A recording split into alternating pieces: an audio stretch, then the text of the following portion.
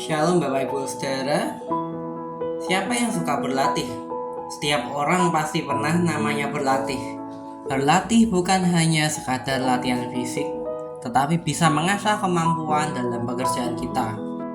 Latihan terkadang menyita waktu yang cukup banyak dan memerlukan usaha yang besar untuk dapat meningkatkan kemampuan. Apakah ini tidak melelahkan? Tentu saja melelahkan. Pengorbanan yang diluarkan bukan tanpa arti, tetapi ada kebahagiaan yang ingin didapatkan dari sana. Hidup kita juga sama. Kita perlu untuk berlatih hidup dengan pencobaan-pencobaan.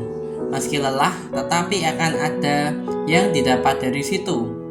Seperti yang ditulis di Yakobus 1 ayat 2-3. Saudara-saudaraku, anggaplah sebagai suatu kebahagiaan apabila kamu jatuh ke dalam berbagai-bagai pencobaan, sebab kamu tahu bahwa ujian terhadap imanmu itu menghasilkan ketekunan. Seperti ayat di atas, kita harus berbahagia bila kita sedang mendapat pencobaan. Pencobaan ini akan membuat kita dapat semakin tekun. Ketekunan di sini mengarah kepada bagaimana kita mau mendekatkan diri kita kepada Tuhan. Manusia ketika sedang dalam pencobaan, Tuhan akan dicarinya. Ini sesuatu yang baik. Seperti orang belajar yang perlu tahu batasan dirinya, kita juga perlu mengetahui batasan iman kita. Maka iman kita juga perlu diuji apakah kita sudah tekun. Ujian ini akan membuat kita untuk tahu sedalam apa iman kita kepada Tuhan. Contohnya, apakah kita sudah mengandalkan Tuhan ketika ada masalah, ataukah kita mengandalkan hal duniawi untuk menjawab masalah kita?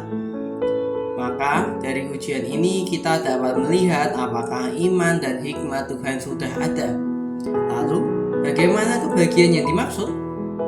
Kebahagiaan di sini berupa hidup di dalam Tuhan dan iman kita kepada Tuhan dan hikmat dari Tuhan yang meningkat.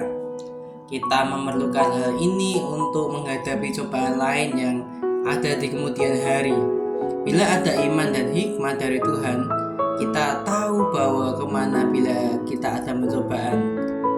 Pertanyaannya, bagaimana dengan hari ini? Sampai mana kita beriman dan menggunakan hikmat Tuhan pada hari ini?